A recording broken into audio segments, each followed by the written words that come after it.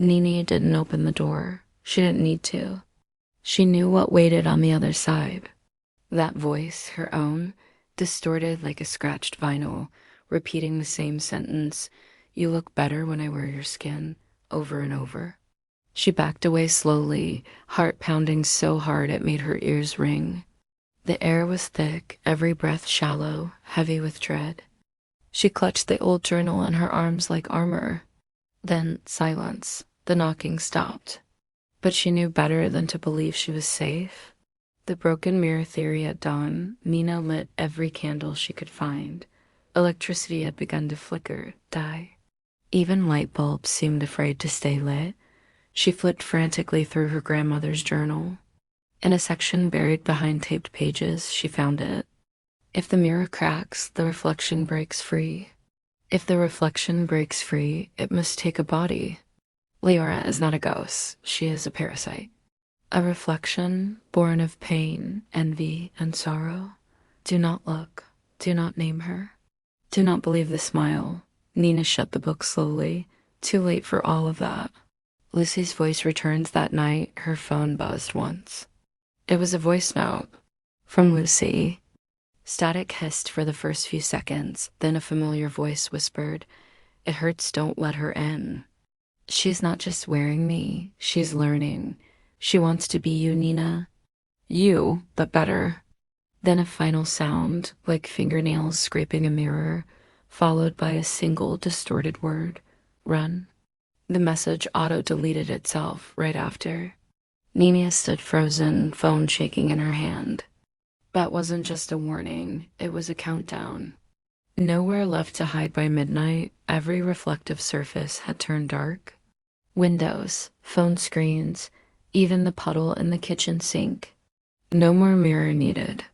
Nina tried to cover the glass in her closet again, but something inside it moved before she did, mimicking her motion an instant before she lifted her arm. It was leading her now.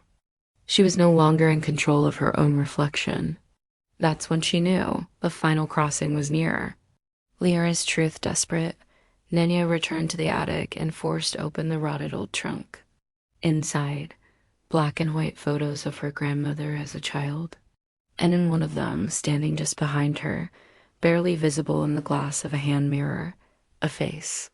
Too long, too pale, too familiar.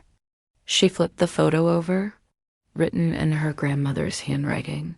She first smiled when I wanted to disappear. She came when I wished I could be someone else. Be careful what you envy. She hears it. Nina dropped the photo. Leora wasn't just a spirit. She was every unspoken self-hate given shape. The final crossing. That night, at exactly 3:00 a.m., Nina stood before the only mirror left intact, the one in the hallway. Its surface was no longer reflective. It shimmered like black oil rippling. From inside, Leora stepped forward, barefoot, hair draped like ink across her shoulders, wearing Nina's smile. Her eyes were hollow, her skin cracked with glass-like veins. She tilted her head and spoke in a perfect replica of Nina's voice. "You brought me here." Nina didn't flinch. She clutched her grandmother's journal tightly and stepped forward, heart screaming in her chest. "I know what you are." Leora grinned. "Then let's make a deal." "The deal? I take your body," Leora whispered, circling Nina like a shadow. "You rest. You're tired anyway, aren't you?" No anxiety, no mistakes. Nina's eyes burned. "You're wrong. Prove it." And with that, Leora lunged, hands stretched like claws. Nina held up the journal, the pages flipping open on their own, as if guided to the original passage. When she steps through, she is vulnerable. "Break the mirror." Nina screamed and threw the journal straight into the mirror's surface. Glass and screams. The mirror exploded. Glass burst like shrapnel, slicing through the walls, the air, Nina's arms. She fell back hard, shielding her face. A terrible shriek filled the house, not quite human. It sounded like hundreds of voices, crying, screaming, whispering, all at once.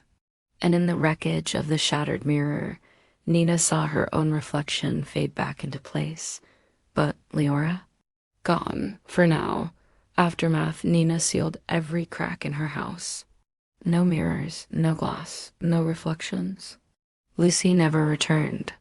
Her apartment stood empty, untouched, as if no one had ever lived there.